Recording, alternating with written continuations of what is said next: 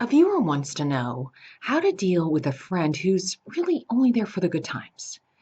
It's like she's friends with our viewer just to relieve boredom.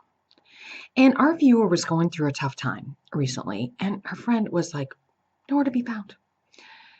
So, what should she do? Okay, first of all, welcome to the club. I've had that happen, and it's so frustrating because I remember one friend in particular who she was going through a really rough time for like a year. And I would talk to her every single day. I mean, whenever she called, I would drop everything to talk to her. And then I had a little rough patch, and she was like, oh, yeah, whatever. Like, oh, that's like a hangnail. Who cares? But it doesn't really matter because if it's bothering me, she should care about it. So I think that's like so condescending when someone says to you, "Oh, your problem really it does," or they don't even say it. They sort of intonate that like your problem isn't really all that important, or it doesn't really matter. It's not like as big as my problem. So that's why you need to drop everything to listen to me. But with your little whatever it is, nah, I can't be bothered.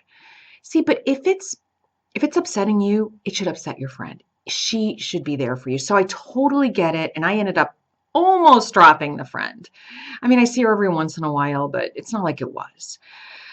So I understand where you're coming from. I don't, and I want to tell you to drop her, but you should treat her like she treats you. Like when you have nothing better to do, hang out with her. Or if you feel like picking up the phone, seriously.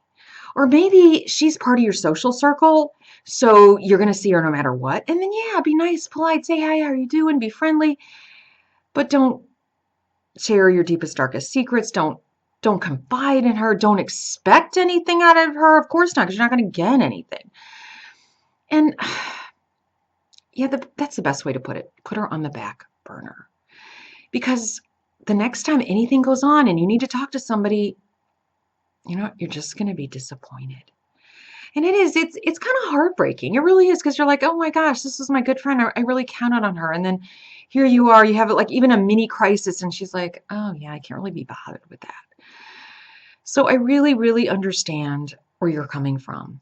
And if it were me, I would probably just drop her. But then people say to me, well, you can't just drop everybody and then I have no friends. I get it. And your social, especially if you're young and single, that's your life. I understand that too. So keep her around just at arm's length and know who you're dealing with. That's the big takeaway from this. Know who you're dealing with and compartmentalize. You have some friends you can really count on. They're there for you in a pinch. You're there for them. There's other friends, yeah, you hang out with them, but whatever.